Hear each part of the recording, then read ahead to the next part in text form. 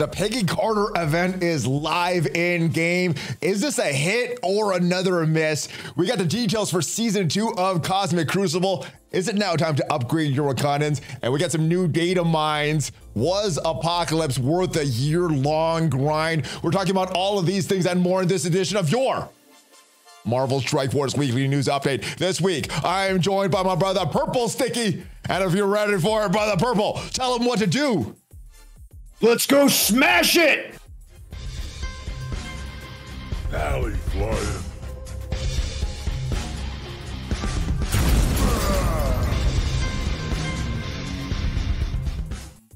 Valley Maniacs, welcome back to the ValleyFlyin channel. I am ValleyFlyin, and I hope you're having a great day. We're talking all about Marvel Strike Force, everything coming up, and everything that's happened over the past week. This Peggy Carter event that is going on right now. How bad is this?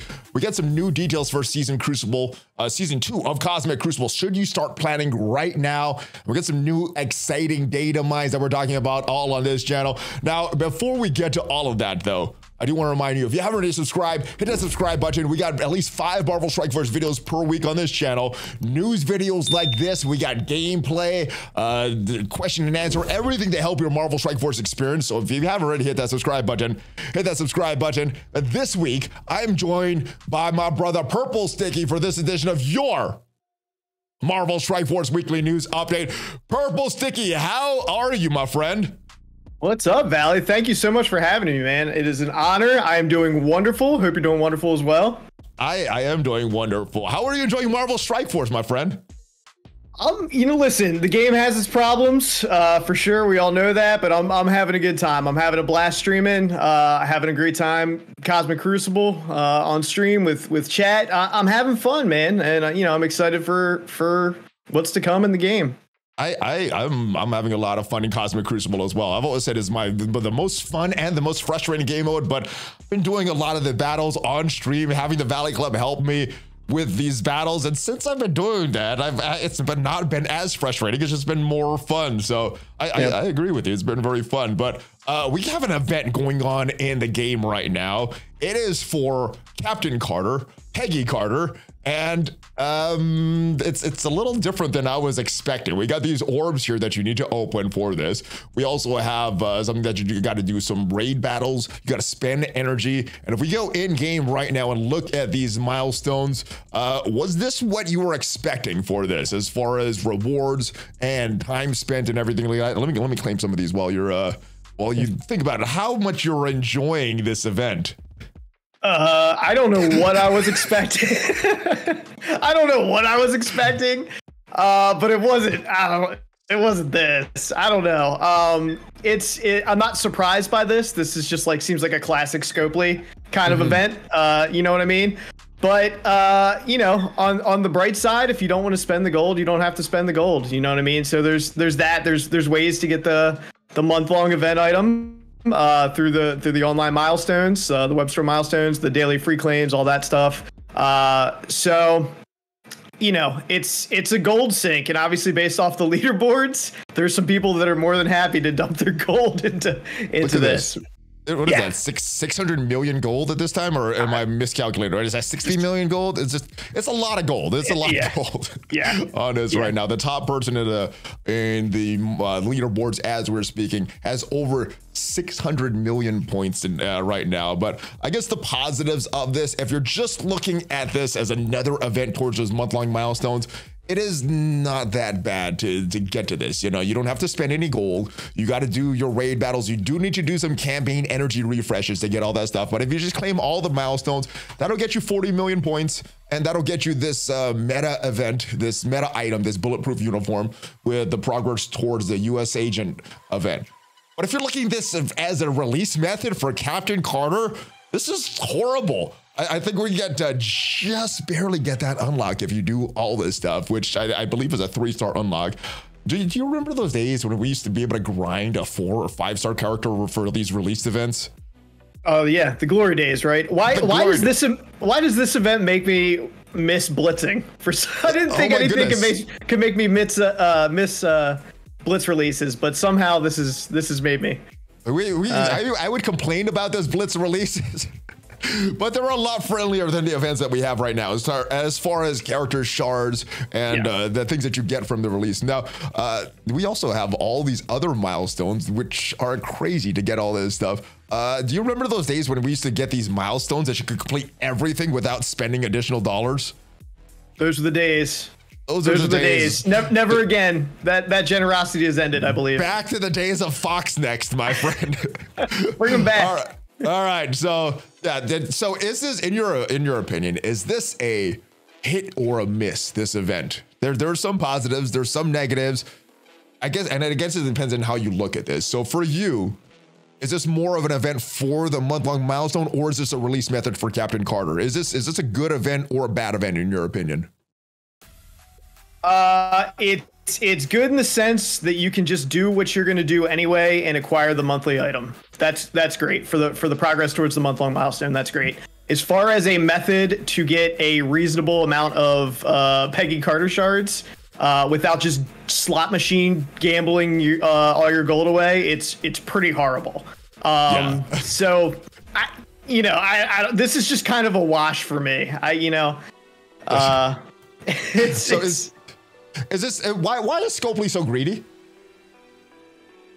They want more boats and not enough Lambos. I don't know. Has their payments on their Lear jets went up this year because of inflation? That's why players have to pay more if they want the same stuff that we could get for a lot less a few years ago. That's got to be it. Yeah, I think they just want to buy a couple of cartons of eggs, so they really need to pad the. I mean, you have been in their employee lounge. You've met some of their employees. You know what it's like there. Yeah, I guess the greed is running rampant there. Now, we also have some wrong information on the blog, which makes this look a little bit worse than it originally was. We knew about milestones 1 and 3. We did not know about this second milestone, which also rewards 1.2 million of these woman at a time milestone points. Was this a great addition in your opinion, or was this like didn't matter because it still doesn't give us a lot of Peggy Carter shards? Yeah, I mean, it helps. Anything helps, right? And it's hard to say. Did we get details of whether this was an addition after the fact because of feedback, or they just missed it? They love missing details, right? So do we know? Everything is subject to change. So it might have changed before they wrote this. It might have changed after they wrote this. I mean, we did get a blog post earlier this blog post here about some improvements. So even this is actually the third change. They had the original blog post with all the information. Then the next day, they made some improvements to make milestone 36 and 37 easier to reach. They gave us more details about this orb, and then as it was released, is a little better than this as far as the milestone points for the web milestones, but a little worse than I was expecting for these orbs. Now, when you saw this, were you thinking, oh, we could get some Captain Carter shards, but if worst case scenario, maybe we get 1, maybe we get 2 for these for this amount of gold that you spent? Dude. Yeah, what was your reaction when you saw these actual orbs in the game? Compared to what you saw on the website with this initially. They're so bad. They're so bad. They're just the worst. I'm like 6 million gold in. I think I've gotten 15 Peggy Carter shards. All right. Well, they're just. Which one did you buy? They're terrible. Did you buy this Patriots or the Royal Soldiers orb? So my understanding, I bought Royal Soldiers, and I will explain why. So my understanding is on a per shard basis, if you're interested in US Agent and Peggy Carter, Patriot Orb's the way to go. There's a slightly higher percentage to get either one of those characters at a Patriot Orb, which makes a lot of sense. That being said, I opened up I cored 2 US Agent orbs, and on my second orb, I got a 180 drop. Oh. So you're done. Yeah. You won. You already beat the event. Yeah, I don't think I've ever gotten one of those, so I guess it was bound to happen. So I actually am more interested in the higher drop rate in Royal Soldier for Peggy Carter. I also like the Phantom X and the Spider Woman in there. Yes, they're farmable, but both of mine were still like 4 stars, I think. So actually getting them as part of that was a nice bonus, because then I can stop farming the node sooner and actually farm other stuff that I need out of the campaign. So I've been going Royal Soldier, but for like, everyone else, I would recommend, if you are going to go this route, you actually want to do this, which you don't have to, but if you want to do this, Patreon Orb is probably the way to go. You don't have to. Yeah, you don't have to. And I think I'm done. 6 million gold for 15 Peggy Carter shards. It hurts my heart. It hurts. I might be done. I spent 2 million and got 10. So I guess I'm a little bit above the average. I think if you spend 2 million, the average is about 7 if you look at the numbers and everything like that. So I'm a little bit above it. I think I might get 0 next time. So I don't know if I want to open another one. Now, as far as the best value of gold spent per the points that you get for the event, as far as orbs, this Royal Reserve Orb is going to be the best value because it's 500,000 gold, but it awards you 600,000 points, whereas the rest of these are 200,000 gold with 200,000 points. Will you open any of these, and will you recommend anybody opening these just for those added bonus of these milestones, or is the contents just not worth it for you? For me personally, it is not worth it. I would, if I'm going to open the orbs, I'd rather roll the dice on some character shards. Yeah. I mean, ultimately, yes, you get more points from the Royal Reserve. However, it's basically a 200k gold tax on those. Those are 500k gold a piece to open those, if I'm not mistaken. Yeah. You get on average 2 17s, which cost you 300k in the store. So you're basically paying 200k just to get the milestone points, albeit you do get more milestone points comparatively to the other orbs that you can open. So I think this is going to be a big hit, Royal Reserve, for the whales, krakens, all of that endgame players that are really pushing to maximize the milestone points to place highly in the leaderboards, and that are already going to get these characters anyway, day one, practically max level. And so they're more interested in the additional pieces and everything that you get out of the Royal Orb there at the top. So I'm personally not that interested in it because I'm not trying to compete on the leaderboard. That being said, if I've been trying to encourage people too, you can wait, right? Like you can wait on this. This is not a store that refresh, you know what I mean? Like you can buy these whenever you want. So I think that's a super important point too. If you just want to wait and, to the last day and see where you're at and then do a little bit of math and be like, oh, if I open 3 Royal Reserve, I'm actually going to hit this next tier in the milestone. That's going to give me some good stuff that I'm interested in. That's what I would recommend, right? There's no reason to dump stuff in prematurely. I see no value in that. I think that's the best plan, unless you're super close to unlocking Peggy and you want like one more shard or something like that, then you can open a few more. Now we also have these offers in the store which cost gold. Let me see if I can find them here. I might have skipped past them there, but it's points for these Peggy Carter milestones. I think they're down a little bit more here, and you're getting these milestone points. You could spend gold. You could spend 200,000 for 600,000 points, which is even better. But you get nothing. You get nothing in return. At least with these orbs. It may not be great, but you're getting something. You get nothing except for this, just spending gold. Or you can spend 5 million for pretty much a mega orb and some points there. So this is not a great value as far as gold spent per milestone points. This one is though, but then you get nothing.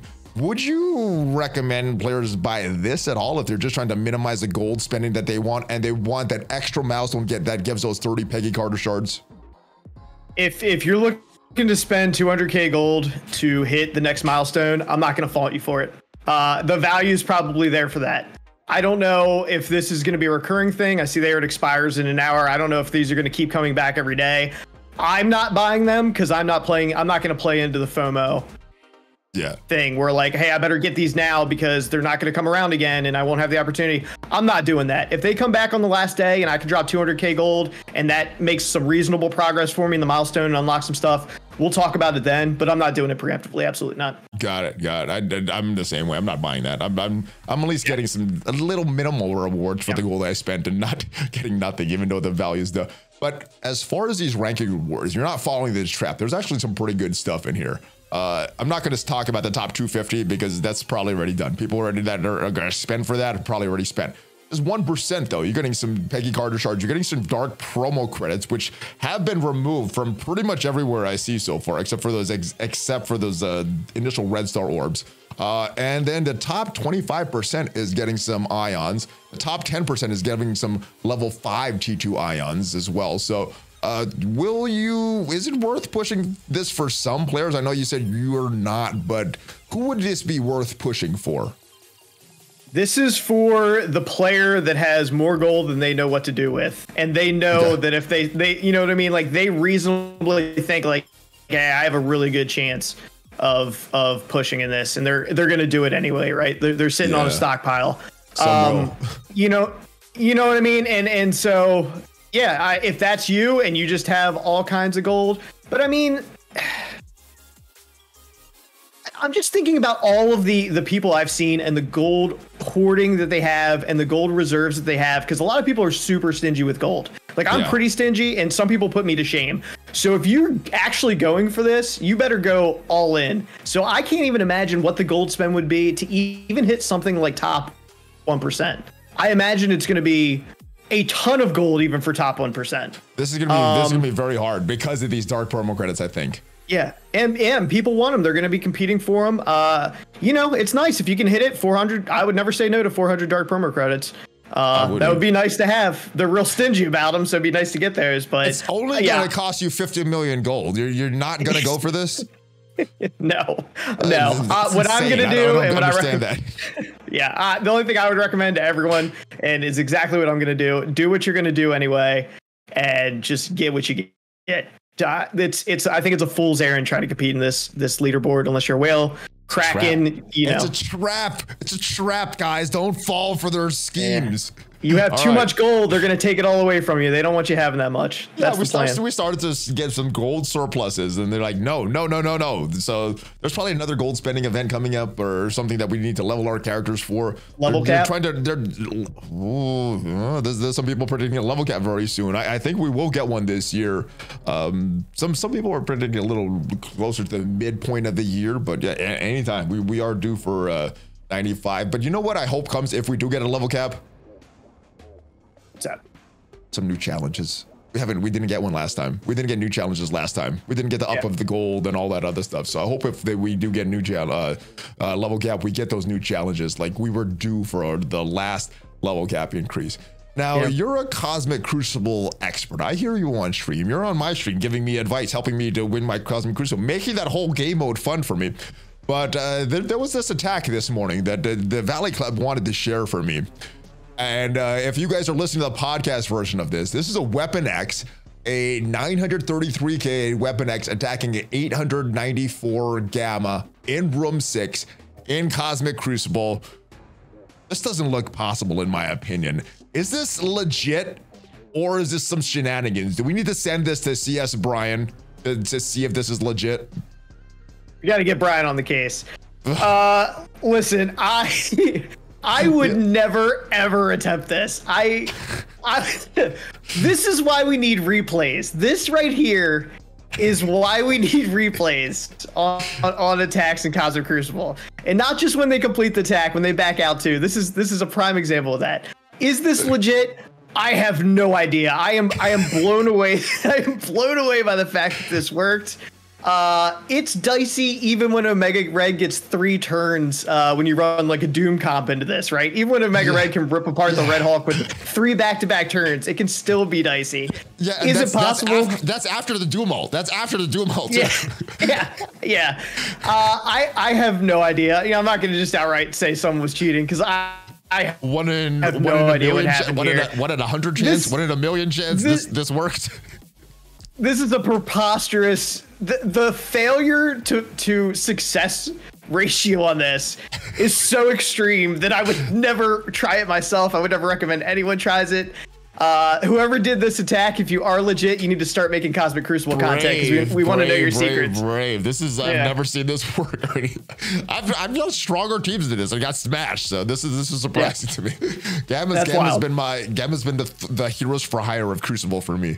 But yeah, we'll see what happens with this. Hopefully, I don't know, either this person gets caught or they just got lucky and then we're good.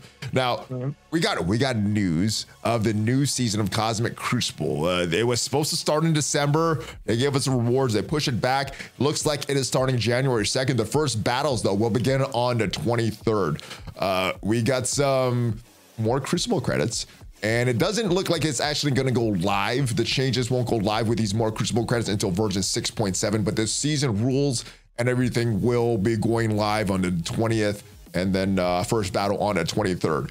Now we got some new global rooms on offense. Reduce the speed and resistance for 10% for all non-Masters of Evil villain mystics. Jeez. So they're really wanting to sell this Masters of Evil team, purple. On defense, reduce the speed and resistance for all cosmic villain mystics. Any cosmic villain mystics on turn, apply bleed to that character. And on defense, the normal standard 20% more health and 10% more damage. Now, this seems like this is a big nerf to characters like the Darkhold team, specifically Doctor Strange Heartless. Some nerfs to Dormammu, nerfs to Hela. Who else does this affect? And what was your initial impression when you saw these new global rooms going into effect? Yeah, so exactly what you said. They want us buying and using Masters of Evil. Yes. For sure. Yeah, the primary victims here, I think you kind of named it, your Helas, your Dormammus, Doctor Strange Heartless. I think the most interesting thing of this global rule is what it means for Darkhold and where Darkhold is going to be used. So on offense, reduce speed and resistance by 10% for non-Masters of Evil villain mystics. So on offense, you're getting that reduction to speed and resistance to MLF, Agatha, and Heartless. If you run Darkhold on defense, the speed and resistance reduction is increased, but it's only affecting Doctor Strange Heartless because he's the only cosmic villain mystic on the team. So I think you're going to be seeing a lot of Darkholds on defense. Yeah. You know what I mean? And you're not going to, that mirror match, you're going to struggle with the mirror match because your team is going to be that much slower if you attempt to go in there and mirror match the Darkhold team, if that's the way you want to go with it. You're going to struggle. And even dropping Dormammu in there, right? Dormammu, reduce speed. He's going to get bleeds on him. That's going to be a pain too. So I think you're going to see a lot of Darkhold on defense. Yeah, and it seems like Gamma is going to be an offense team now. Some of these mirror matches look like they're going to suck, especially Room 6 with the Wakandans and the Turtle team.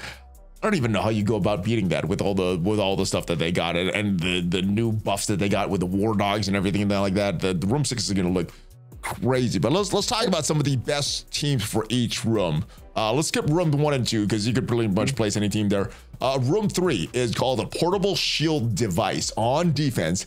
Any fortifier, so they're really trying to push this fortifier ISO 8 class. It's like the Wakandans weren't good. All right, we'll give them a bunch of bonuses in Cosmic Crucible. The fortifier, nobody uses that. Hey, why don't we put a bonus in Cosmic Crucible to get more people to use the fortifier class? But on defense, any fortifier that uses an ultimate ability will spread positive effects to that adjacent allies. And on each striker's turn, bury their character for 5% of that character's max health and flip offense down. Who would be a good candidate for fortifier? What would be a good team for room 3? What was your initial thoughts in this? I'm gonna turn this over to you because you're more of a Crucible expert than I am. I follow you guys' lead a little bit more than taking the lead on this. I'm flattered. Expert's a bit of a strong word, but I am flattered. I appreciate it. Relative speaking, compared to me, you're an expert. Compared to some hardcore Crucible, maybe you're around that level. But compared to me, yeah, you're an expert in this. I love how you bring up the fact that instead of making Fortifier good, they just made an arbitrary, hey, Fortifier is good in this room. That's just like... they did that with some of the Scourges as well, right? The Fortifier thing of the Scourges. Yeah. So first thing I'll say is stage 3 is what, in my opinion, every Cosmic Crucible stage should be. And that's so much room for theory crafting, trying different team comps, interesting stuff that doesn't pigeonhole you into a specific team, all of that. Like this is a wonderful room, and I'm super excited for it. That's a good point. As far as and I honestly, I think this is as good as it's going to get, right? This Cosmic Crucible is an avenue for them to sell you teams. That's really, it is. Like, I love it. It's great. I thought it was supposed to be a fun game mode that I can have fun with. It's a sales tactic. It's a convoluted sales tactic. Hey, they're not mutually exclusive. But all right, well, looks like it's not fun. So, but I you know, for each CC, you know, they get maybe if they can give us a room like this where theory crafting can go wild, I think that's awesome. So as far as I don't have specific whole teams that I have kind of in my mind right now. I'm more thinking about characters that open, so standalone characters that give value to any team that they're put on, with an ultimate ability available on turn 1 that you can drop Fortifier on. Silver Surfer.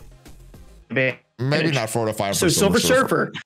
Well, see, here's the thing. Here's the thing is if this is all about enabling important characters on the team, right? Yeah. So you drop Silver Surfer, you know, he's not maybe my primary choice, but you drop him in there, Fortifier. Yeah, it's not the best thing in the world for him. Not for him. For anybody, really, you know, except unless you're Kingpin. But you can potentially make interesting things work. Yeah, so for me, the low-hanging fruit here, the first thing, Underworld's a possibility, but more importantly than that, Nick Fury.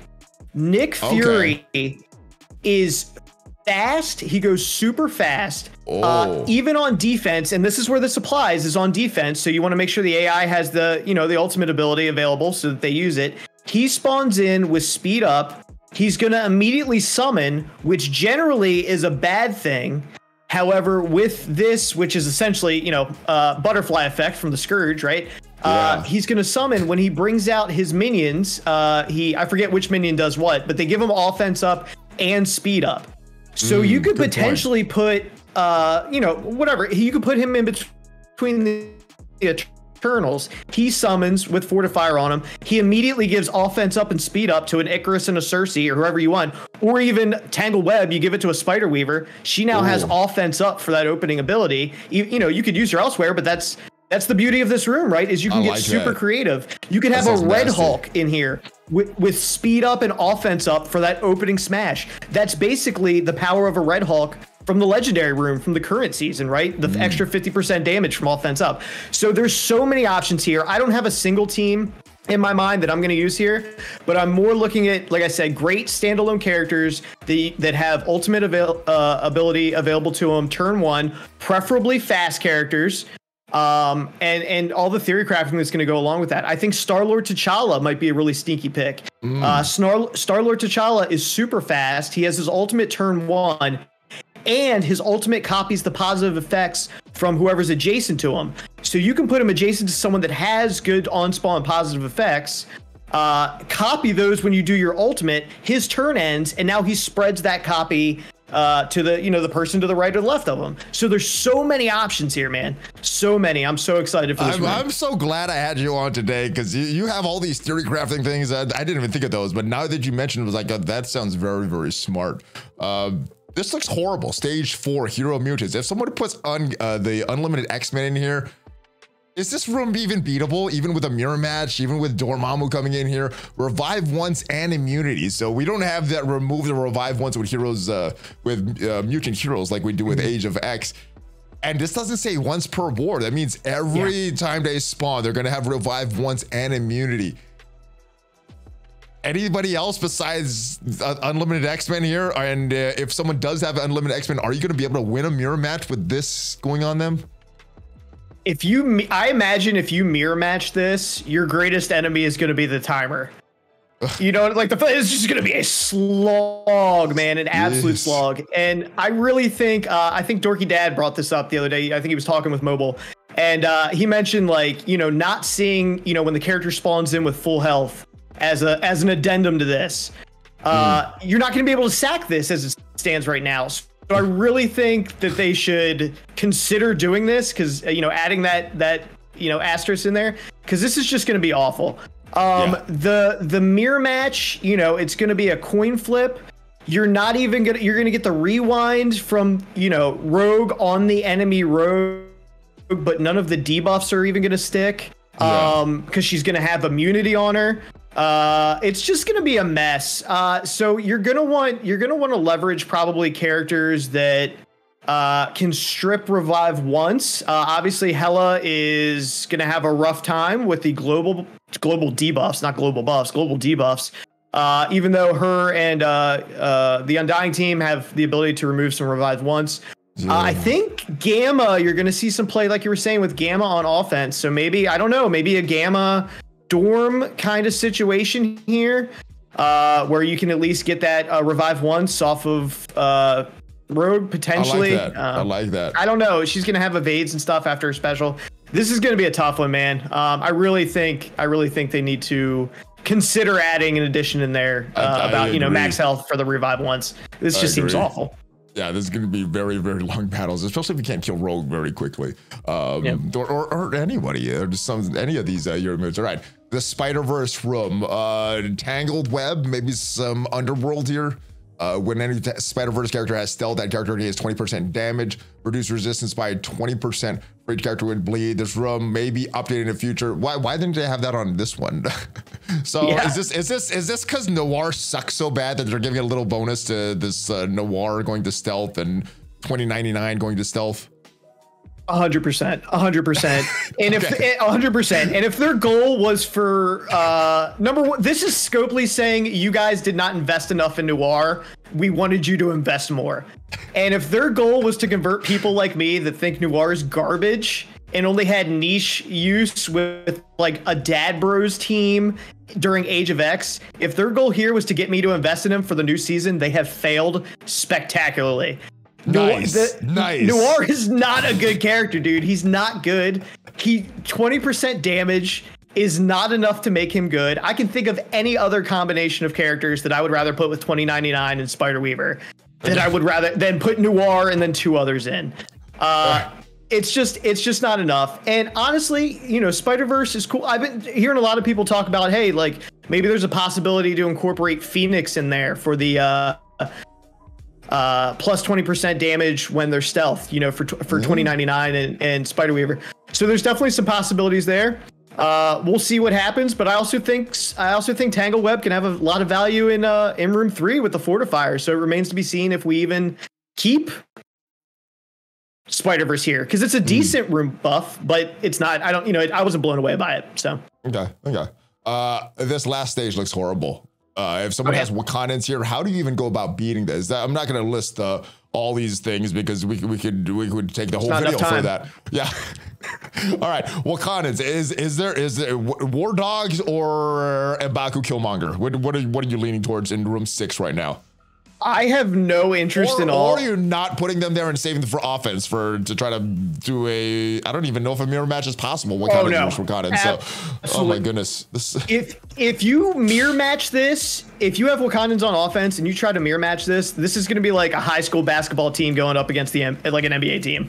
I mean, they're going to steamroll you. These buffs are oppressive. So to answer your question, how do you beat this room? Probably Masters of Evil. You probably buy the Masters of Evil team. And on offense, non-tech characters clear charge at the end of the turn.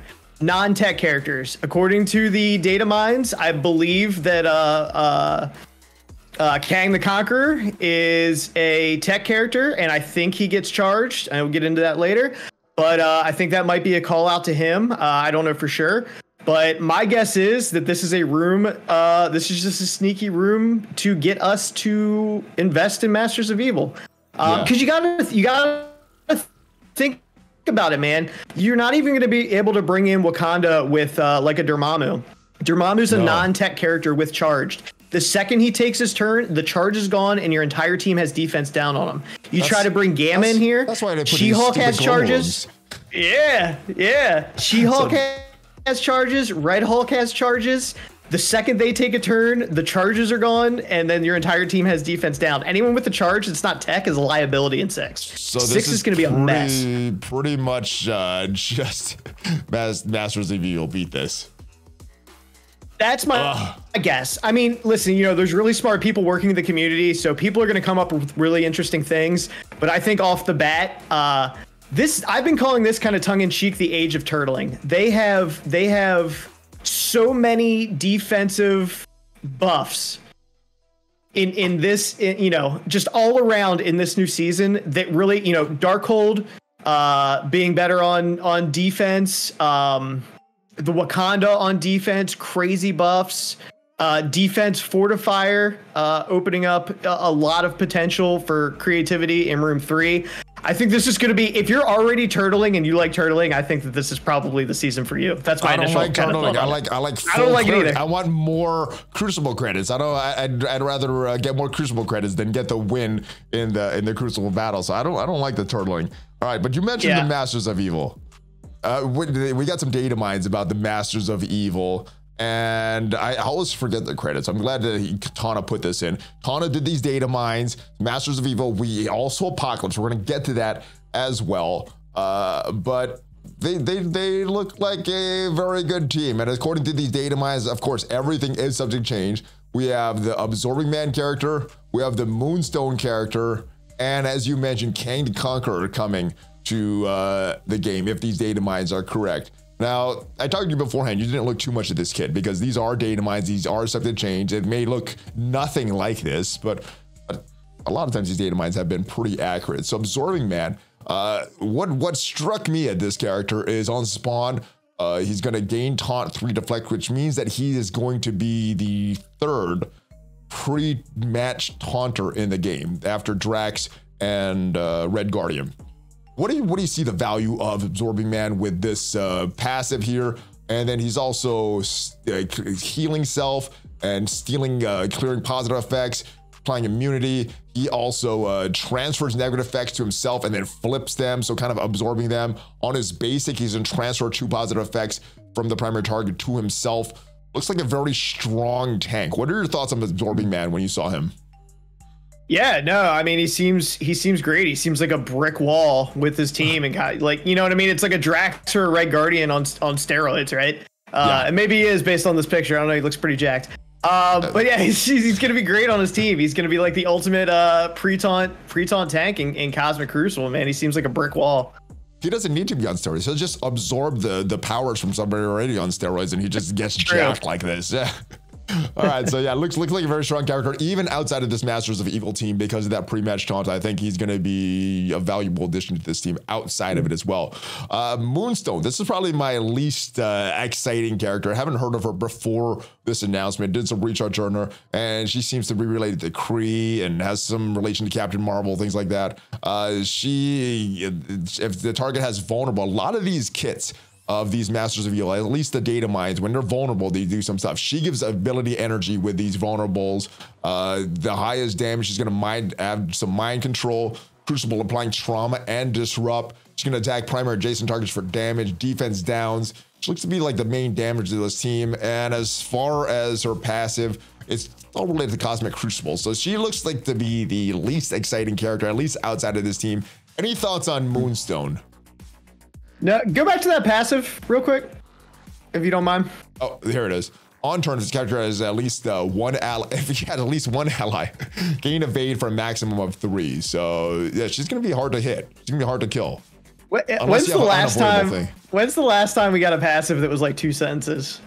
It's a data mine. There may be more to this than maybe. It's kind of refreshing. It's kind of refreshing, honestly. But yeah, no, she the kid didn't sound torn. You sound torn in this away.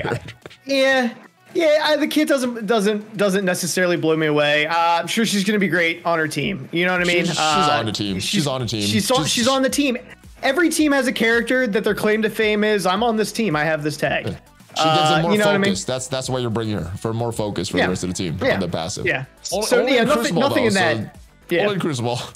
Yeah, nothing in that kit was like, oh, this is absolutely insane. She's gonna be good on her team, I'm sure. It's all about beating the Wakandans right now. Yeah. And then Kang the Conqueror, he is the tech character, the blaster, and Ultron is also a tech character, right? Or is he skill? Okay, so they'll give me those bonuses as well. Kang basic. Yes, vulnerable. And then it's interesting how they worded this, at least in the data mines. He's gonna attack the primary target for damage. If they have defense up, it's double the damage. Instead of reducing the defense up or cleaning the defense up, he's gonna hit it for more, or hitting them again. He's just gonna hit it for more damage. So that's, I guess, not as good because you won't be able to clear death proofs and stuff like that with 2 hits instead of 1. He does that in all of his moves, actually. If we go down to his special, he's going to attack for more damage if they have defense up. He's going to go slow to each target. as well. Cosmic Crucible, long cooldowns here, removing Death Proof, and then doing double the damage if they have defense up, applying speed up to Masters of Evil's ally, and then this is the kind of passive that you like. All these worry books for their passive. Right. Charge is getting crit chance, crit damage. I was surprised by this because he's supposed to be the time traveler. I would expect some kind of a turn meter manipulation, but more crit chance, more crit damage, and he's giving the Masters of Evil more crit damage and crit chance. What surprised you the most about this kit for Kang? That he was actually in the Masters of Evil and not the next Apocalypse that we're chasing? For me, it was this turn meter manipulation, or was it something else that surprised you about this Kang kit? Yeah, I think the most surprising thing to me is that he's even on the team. I assumed that he was like the next big bad in the MCU or whatever. Everything seemed to kind of be pointing in that direction. Kang's coming, you know what I mean? The universe ender or whatever. The master of timelines. Yeah, so like not having the turn meter manipulation, I think is basic, and maybe his assist calls out something that gives him speed. I think it was on the basic or the safety attack. So that's something. Yeah, I'm just kind of even shocked that he's on the team. I find it very, very bizarre. Do you think we're gonna get more Kangs, more variants of Kang, or is this it for Kang? I don't know. That's kind of anticlimactic, isn't it? If we already have Kang in the game and they're just like, wait, here's the next big bang. The big bad, and it's Kang, like extra evil version of Kang. You know what I mean? The like, evil Kang the Conqueror. Yeah, that's super anticlimactic. The conquers more. Yeah, it's just bizarre to me. I don't know. It seems weird. I mean, his kit looks good. Way more interesting than what's her name? Moonstone, Moonrock. Yeah, you don't even need to remember her name. That's how unimpressive she is. All right, let's talk about predictions. This Master of Evil. We have one sort of in the game right now. She hasn't been released yet. There's no offers for her or anything. What is your predictions for these Masters of Evil? How they're going to be released? Are they going to be very grindy like this Rebirth team, or are they going to be friendly like we've the releases that we've had years ago? What do I think? One of them a month-long milestone character. I'm saying they're bringing back the Blitz event for Titania. Okay. We're gonna have a blitz. We're gonna have a blitz for Titania. I mean, look at this model. I wouldn't be that sad if that happened. This has blitz written all over it. I think our month-long. Keep going. I think the month-long is gonna be Absorbing Man. The event. He seems like the best character. Yeah, Absorbing Man. The event character is gonna be Moonstone. And then Kang, because people are hyped for Kang in the MCU, is going to be an event equally as upsetting and gross as the Peggy Carter event. But they're going to step their game up. It's going to somehow even top Peggy Carter. So just to lean in on 300,000 gold for those orbs. And even worse drop rate. There's going to be more characters in the orb, and it's going to be even more expensive. That sounds very scopeless. Whatever the price is, double it for Kang. Double it for Kang. Double for Kang because he doubles his damage on this stuff. All right. We had some reworks to the Rebirth team. I guess they weren't selling the Rebirth team enough, so they got reworked.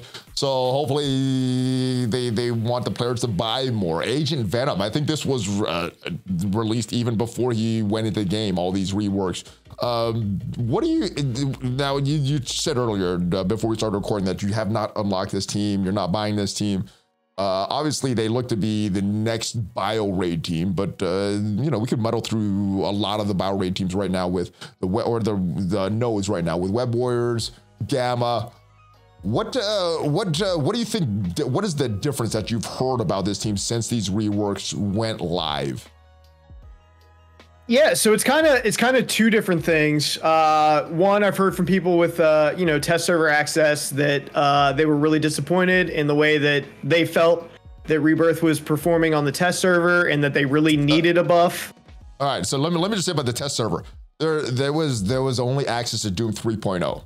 I could not access Doom 3, the higher Doom raids. So you're punching down. You're doing easier raids with the Rebirth team. So I mean, Web Warriors probably could auto the Doom 3.0 raids. And then for me personally, I couldn't test this team because I didn't have an ISO 8 on the character, and there wasn't enough resources on the server to put all the ISO 8 on them in time that I could test these out. So I didn't test them, but yeah, Doom 3.0 was the test server test there.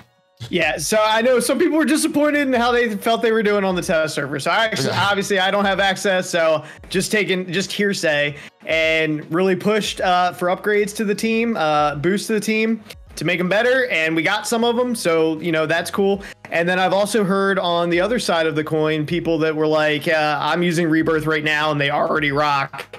They don't need these buffs. The buffs just make them even more insane. Yeah, so I don't know. I haven't used them yet. I don't buy the character offers. So yeah, I hear they're just ridiculous now in Raid. I'm still kind of slumming it with the Web Warriors and you know, Gamma on 2. You know, sometimes I get good RNG and Gamma gets through it. We do Doom 3.5. Gamma can get through No 2 sometimes. Sometimes I clean up with Web Warriors. Except if there's a Weapon X on the team that surprises you. Yeah. They don't Weapon X can't be stopped. But for me, this team, I'm excited. Like thematically, it's a super cool team, and I'm excited. I don't buy character offers, so I just, when these guys get up and I have them and I unlock them, then that's when I have them, and we'll take it from there. It is not an extreme priority team for me, just because I am able to get through 3.5 with Gamma and Web Warriors currently. That being said, you know, this smells, this stinks of like symbiotes into Web Warriors, right? When everyone's like, well, I can make symbiotes work, so why do I need? You're going to need them eventually. They're going to make you need this team eventually. There's going to be another Scourge. This is going to be a Scourge unlock team, just like the Web Warriors. That's how they're going to sell it. They give them buffs. People may or may not have increased their purchase of this team, and then you're like, yeah, we're gonna have to make them required for something. So next legendary unlock is probably where they're gonna go with this. Yeah, it's very possible. I was actually kind of expecting to see a Cosmic Crucible room with immediate callouts to them in the new season. I was sort of half expecting that too. That would be too generous. They're a raid solution. They're a raid team. They're not going to have double value. That's not the Scopely way. Yeah, no, you're right about that. But yeah, this is a back burner team, like subtle back burner. I'm going to build them up. They are going to be my raid team. It is not an immediate pressing thing for me to do right this second. That's all. But I'm going to build this team. I'm going to need them. The word that mobile used is shelvable. So not skippable, because you're eventually going to need them, but you can put them on a shelf for now and then eventually put resources into these characters is I think a good word for these shelvable characters. Yeah, I would start. What I would say is you do need Web Warriors for like the MLF Scourge and everything like that. And Web Warriors have some value, I think, for newer players and all that. But at this point, if you're struggling, you could just buy a red star. You could just buy Morgan Le Fay now. So you don't even need to build. Yeah, true. Yeah, you really don't need any teams. You just need a visa. But yeah, before I would recommend anyone put more investment into Web Warriors to try to make them work for stuff that they're trying to get through. This is the team you want to pivot to ultimately. Yeah. You know what I mean? Don't keep dumping stuff into Web Warriors. They're a bad team outside of Raid. They're a bad team outside of Raid. Not to say they don't have use for newer players and stuff like that. MLF Scourge, if you don't just buy her. But this is the team you're going to want to pivot to. Gotcha. I agree. We had a War Saga. We have Red Hulk Saga in the game right now. Now, initially it was Bug, which we had these enemies listed here, but these were not the enemies that were showing up in the game. It was actually the enemies for the Morgan Le Fay, the Famine Scourge, which made it a little easier. Then it went live with the correct enemies, a little harder. Did you do this on the initial run when it was initially released with the old enemies, or did you do these with the correct enemies? So my first run for both difficulties was when it was still bugged. I didn't even realize it was bugged. Okay. I think I was at the gym on the treadmill and I just threw it on auto and went back to doing my exercise and just let it do its thing. And then I got out of the gym, hopped on someone's stream, and they were like, yeah, it's all busted up. I'm like, oh, I didn't even realize I was doing. It was an easy auto. It was an easy auto. The first one was an easy auto for me. The second node or the second section, I put on an auto a little too early and lost She-Hulk, but that's a good point. You know, chat was mentioning how they autoed the whole thing, and I didn't even ask them if it was before the bugs went live or after. Now it is still pretty easy. It's not like it's a huge thing. It's not a huge difficulty because you need to build up your Gamma team pretty big, and the Gamma team's actually pretty good, so it's not that difficult. But do you think anything should be done about this, or this is just a wash at this point? I think it's just kind of a wash. And I went back and I did the new difficulty just to see. I had already completed it. What was the difference? Not auto? Were you still able to auto it there? I still autoed it, but it was noticeably more difficult, at least on the last node. It was noticeably more difficult. It is a more difficult node with what it's supposed to be. Was it full auto, or did you have to select targets? I think I just full autoed it. Oh my goodness! I have a pretty big gamma though. I mean, not like insane, but like, you know, if you're worried about it, just play the node. There's like 5 nodes. You know what I mean? You just play the node. Yeah, you just play the node. What happened to my She-Hulk here? How were you able to full auto this? And I lost my She-Hulk right now. I don't know. I have a 7 red She-Hulk, so. Maybe that's why. Maybe that's I got lucky on a basic red star orb back when she was like one of the worst characters in the game. So. All right. Well, the main thing for this War Saga is these awakened abilities of Red Hulk, the level 8 special, the level 6 passive. What effect have you noticed since this saga went live? Has you seen more full horseman teams, or the 4 horsemen in arena? Is it harder to beat this character in Cosmic Crucible? Are there more hybrid teams that you're seeing at your level in Cosmic Crucible? What effect have you seen in the game for this awakened abilities of Red Hulk? I have not. So for the special, he needs all 4 horsemen, right? I believe he just gives the bonuses that we were giving to. If clear revive once on the primary target if Apocalypse is an ally, or with 3 or more horsemen. So you need all 4 horsemen revive once as well. I think the passive though, you get focus. You're extending the focus. Used to just be gamma, but you're also giving the focus to horsemen allies. Yeah, so I haven't noticed anything different in Cosmic Crucible because most of this is just synergy with the Horseman team, right? So I haven't really noticed that. Yes, it would help something like if someone runs a Red Hold in, at least with the passive for the bonus focus. Yeah. For like Morgan Le Fay, she gets a little extra focus on her abilities. You're still going to steamroll that with something like, generally speaking, something like Unlimited X-Men or Unlimited X-Men Dorm if it's a massive punch up. So not so much in Cosmic Crucible. I have been noticing people trying to make full horseman teams with their Mamu work in arena, and I haven't seen one of those. How effective are those on defense? I've been running full horseman team with Emma instead of Dormammu and just more or less kind of rocking them, just crushing them. Smashing everybody. Okay. My Red Hulk goes first. He clears 3 revive, the revive ones from a cluster of characters, and my whole turn, it's the same, plays out the same. It's just they no longer have, it's like Dormammu wasn't even there. They no longer have the revives once on like 3 different characters. Gotcha. Yeah, and I'm still a little bit skeptical of, a lot of this has to do with having the other horsemen with them, and obviously everything's going to change when we get Apocalypse and everything he brings to the table. Yeah. But I'm still a little bit skeptical of Archangel's usefulness in areas like Arena. Now, if you're going up against someone like Hela, every time he kills Greg, he starts pinging and distributing ability energy, stuff like that. So, I think there's some value there. But like I tried like Dorm and the Horsemen and Emma and the Horsemen, and I was still getting ripped up by like and this is with the Red Hulk awakened abilities. Okay. I was still getting ripped up by like Tangled Web, right? 2099 goes first, loads your team. Miss. Yeah, he's gonna miss. He's gonna miss. Weaver goes, she stuns somebody, maybe it's Red Hulk, maybe it's Rogue, doesn't matter. You're kinda screwed anyway. So So the only real change is you have a new counter that you have to add to that one team. Everything else using the old teams. Every other defense using the old teams.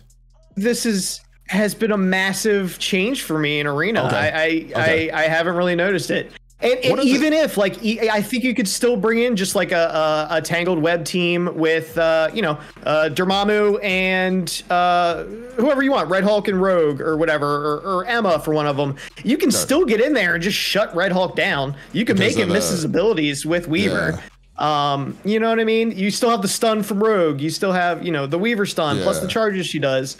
So I don't know. I haven't seen it do. Now, one of the big questions is a lot of people, if you look at the kit of Morgan Le Fay, Striker seems to be the best class on her. I've had Skirmisher on her for a while because I wanted to land that ability block. Does this make it possible for her to go back to Striker because of the extra focus with these awakened abilities, or are you running Striker anyway? I actually have both. I must have, I don't know, blacked out at some point. I don't remember doing it, but I actually have level 4 on both her Skirmisher and her Striker. I know. I don't even recall doing it. I went in one day to switch it, and I was like, what is going on here? I don't even remember doing it. Okay. But she's one of the best strikers in the game as far as I'm concerned. Yeah. She's an amazing striker. So not to say there aren't niche times where, you know, you want her to, the bonus focus can help and things like that. But this just, yeah, exactly to your point. This just kind of solidifies striker for her in my mind. She's one of the best strikers in the game. 60+% bonus focus is insane. She already has incredible focus. I think it's an easy striker for me, like especially now, you know. Yeah. Now we also had the War Scourge run for the second time. I did not push enough on the first or the second one to get a 7 Red Hulk now, but the third run I should get that 7 Red Hulk. How did you do? Did you already have a 7 Red Hulk? Did you get it this last War Scourge? What was your impressions of this last War Scourge? Was it easier now that we have more teams? Or was it pretty much the same? Yeah, I mean, I would say it was just a little bit easier. Okay. I did not go as hard on this, you know, just by virtue of your collection power going up and getting stars on characters, just natural progression of your roster, right? It was a little bit easier. The Death Seed for the villains. Seed? Yeah, they can be useful there, yeah, for sure. So my first run, I was actually the last 2 days of the first run of War. Was the day before my wedding, and then the last day of the War Scourge was the day of my wedding. So congratulations, my friend. That's very recent. I appreciate it. Well, yeah. So War, yeah. So back in October when it ran. Okay. I ended at rank 508. I thought you were talking a second run. Sorry. Oh, no. But congratulations anyway. Well, thank you, Valley. Thank you. So I ended the first run at rank 508, and I really think, if I wasn't getting married, not that I hold it against her, but if I hadn't had a wedding, I think I could have made top 500. That's all I'm saying. I love you, sweetheart. So I ended at rank 508 because I was, you know, getting married and can't be marriage. Life. What are you gonna do? Decisions. Some decisions are very tough in life. Yeah. So this second run, I actually got him to 7 yellow just off the first couple of milestones. Nice. However, and I'm sorry, chat. Please, the commenters, please don't roast me too hard. What are you gonna say? Don't roast me too hard, commenters. A fellow content creator challenged me to a score off, whatever you want to call it, to see who can win. And so I just wanted to do milestones. I just want to be crystal clear. I just wanted to do milestones, but I got called out. And so I had to beat him with a score. So if you are rank 501, I am so sorry. I did not want to do it. I am so. If you're ranked 501, I apologize from the bottom of my heart. I think I know who you're talking about, and that person has been on the news before, so I don't want to mention their name. So yeah, I mean that's part of the fun, though, right? You're competing with friends, things like that. That's I just feel bad for rank 501. But yeah, I ended up in like rank 73.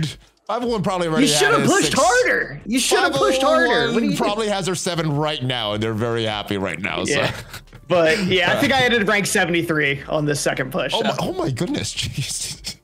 Yeah, it was like a 3 point. So my first run was a 3.5. This was like a 3 point. Like my first on the first go around of War Scourge was like a 3.5 million run. This was a 3.3. So. Oh my goodness, you're insane. Yeah. All right, I'm glad somebody did those runs. I don't want to do those runs. All right, next. Okay, we talked about data mines for the Masters of Evil. Now is the big data mine, the Apocalypse. Now these are data mines. Obviously, something's gonna change. Let me talk about some highlights of his kit. Offense speed up for 2 turns on his base, or 1 turn on his basic. He's healing himself, and then he's getting damage with drain. Unavoidable basic there. The safety does pretty much the same thing. Very long cooldowns on his special. Very long cooldowns on his ultimate. Not available on turn 1 for the ultimate, but he's attacking some targets there. Ability blocks and redistributing the total health. So kind of like that Scarlet Witch special there. clearing negative effects from horsemen, allies with the highest damage, defense up, immunity, safeguard, his ultimate, clearing all barrier, big attack. It has that drain as well, flipping defense up and positive effects on each enemy.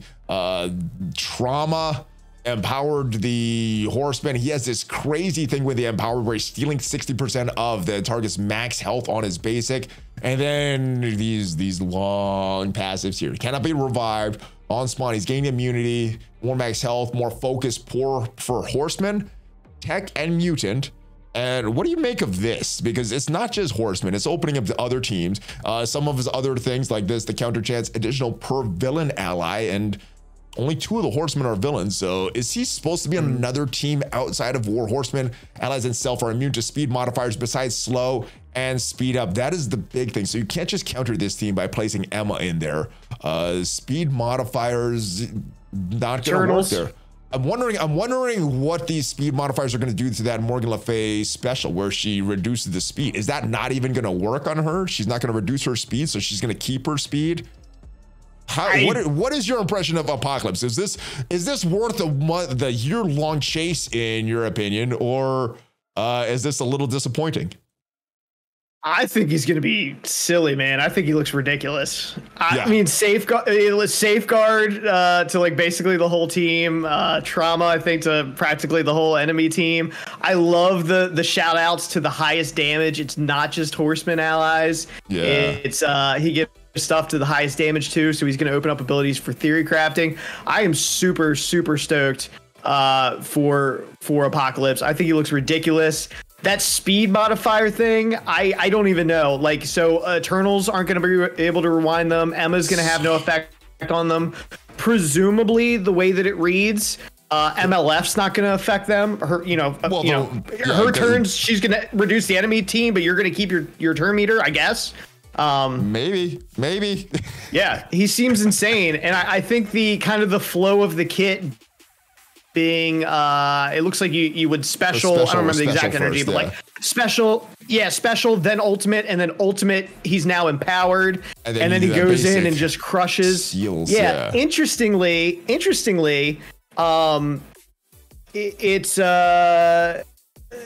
he's not tech, he's mutant, right? He's not dual tag, he's just mutant. I think if I'm not mistaken, support is what the Datamines say. Interestingly, the call out in room 6 of New Cosmic Crucible about characters being charged, he's not charged. That's not a charge. That's an empower. So he could have he could function in room 6 on that last bullet point. So it's not like he's charged and then he basics. He's empowered and then he's basics. I'm not saying that's the best use of him, but I think that's an interesting thing. It's not, he's going to be usable as an offense option in that room, presumably. I don't know. I'm excited for him. Where will this full horseman team be used? Only in arena, and then they're going to be split up in Crucible and War, or do you think they're going to find some value in those other game modes as well, splitting up some of these top teams just for this one ultra powerful team? I would say an early guess for me, especially with shout outs in his kit about the highest damage, not just horsemen, that probably to get the best use out of this, let's say for something like War, is probably just to let Red Hulk and Gamma do their own thing, and then you find other ways to flex characters in with horseman allies, in with Apocalypse and other really good characters to create another additional team. I think so now you have 2 teams instead of just like one crazy superpower. Tech and Mutant is what I'm feeling for his outside the Tech teams. Mutant and the villains, right? All those counterattacks the villains are gonna get. Yes. And so like in Cosmic Crucible, you could create one super team, but Unlimited X-Men are going to do incredible things on their own too. So I think they were really smart in adding the call out to the highest damage characters to be inclusive of non-horsemen, which is opening up theory crafting. So I think that's super exciting. And then I think Arena is I think that's just going to be full. Is this going to bring more Madeline Pryor and Lady Deathstrike back into some use? I don't know. Maddie Pryor, I don't like. You know what they need to do to bring Maddie Pryor? I want her to be so useful. Give me the Maddie Pryor from the Doom raids that deletes my entire team in one ability. Then we'll talk. Yeah, That's the Maddie I want. I didn't even build up mine, so I don't even know if mine's is capable of doing that. Yeah. No, I didn't either. All right, last but not least, we know that we need the Horseman to unlock Apocalypse. We know we need Spider Weaver. They said there's gonna be additional characters. Who are your guesses right now? Is it gonna be these Masters of Evil? Is it gonna be like Kang, Absorbing Man to unlock Apocalypse? Is it gonna be Kestrel, Deathpool? Who are you thinking is the final strike members to unlock Apocalypse? I know there's some speculation around Kestrel specifically, and possibly even Deathpool. I just have a really hard time wrapping my mind around the fact that Scopely could be generous in just giving that tag to characters we already have. I mean, that just seems completely not Scopely to me. So minions, more minions, and the minions of your choice is what it's gonna be. We already had to build them for Archangels of the event, right? Yeah, any minions you want. I think Kestrel, I just have a hard time wrapping my head around that. I would assume they were just going to sell us new characters. Who knows? Maybe they're generous. Kestrel, if they're going to use any available character already, Kestrel seems like a sure win, you know, for that. She seems like she would be in for that. That makes a lot of sense. I could see Kang being a strike team member. You know, that would give him some additional value and maybe make it slightly less weird that he's on Masters of Evil now, as opposed to being a big bad. I don't know. I feel like they're gonna sell us new characters. Seems like it has to be Masters of Evil. I mean, the timing of these Datamines, right? All these Datamines dropped when they did this reworks to the Rebirth team. That's when we got these, indicating that these are probably gonna be in the next patch. And if Apocalypse is unlocked in the next patch, the only 3 characters that we can buy are gonna be the new Masters of Evil. So is it gonna be Absorbing Man, Kang, and Moonstone? Because those are the only characters that are going to be for sale until then, or is it going to be characters that Rebirth characters that we didn't buy? Or is it other characters that we was like, oh, why did I skip that team? I would highly doubt that they're going to retroactively go back and be like, this character's actually needed. I really don't think they're. I wouldn't put it past Scopely, but I doubt they're actually going to do that. But I also find it highly unlikely that. I mean, I get what you're saying about the timeline, but I find it highly unlikely that several members of an already Masters of Evil team are all going to get the strike team. I don't know. I don't know. And also, even if Apocalypse comes next patch, right at the end of next patch or whatever, just because he's in the game, does that mean we can unlock him? Does that you can just put him in the game? I don't know. It seems weird. I don't know. I don't understand this. But it seems like we're running out of time. That doesn't have to make sense. I mean, Kree unlocks Nick Fury. Himtech unlocks Jubilee. Nothing needs to make sense in Marvel Strike Force. It's all about sales and money. So, I mean, you've played this game. You know how they work. Yeah. All right. Well, that is it for the news. A lot of interesting things coming up. A lot of interesting things going on right now. What are you looking forward to the most? Some of these Datamines, Cosmic Crucible Season 2, this Masters of Evil team. What of all these things that we talked about, what are you looking forward to the most, Purple? Cosmic Crucible season, the next season. Cosmic Crucible, for sure. You're done with Age of X. You're done with Age of X. We're done. We're done. There's some suspect things with the rune bonuses, and I think really promoting turtling here in the new season. But anything, Age of X was so oppressive. It's gone on so long. Anything that's not that, I'm down for. It's my favorite game mode. So. It seems like we're jumping out of a frying pan into the fire with this. It looks like it's gonna be even more oppressive, but I'm sure all the Cosmic Crucible experts will figure this stuff out and let the rest of the community know, and we could go and have some fun with it. Any final thoughts, my brother, before we end this news video? No, that's it, bro. Thank you so much for having me on. I hope to come back one day. It was a blast, and best of luck in the first, the new season of Cosmic Crucible, man. I'm gonna need be hanging out with you in chat, cheering you on. All right, thank you for coming on, my friend. It's been too long. I mean, and you're one of the original people that met Drew there, so. You have met him live, so the people that have all these other rumors, you have met him. You're one of the few that have met. I haven't even met him. So guys, check out his YouTube channel. Check his stream out on Twitch. Anything else that you want to send me, the links will be down below, guys. So make sure you check him out. If you haven't already subscribed to this channel, hit that subscribe button. At least 5 Marvel Strike Force videos per week on this channel. Check them out on social media. If you want to support the channel, check out some of my other videos and share this with your friends. I will see you guys next time. Are you ready for the Hulk fist bump, Purple? I've never been more ready for anything in my entire life. Let's do it, my friend. Hulk fist bump. ValleyFlyin, purple sticky. Out. Have a great day, guys.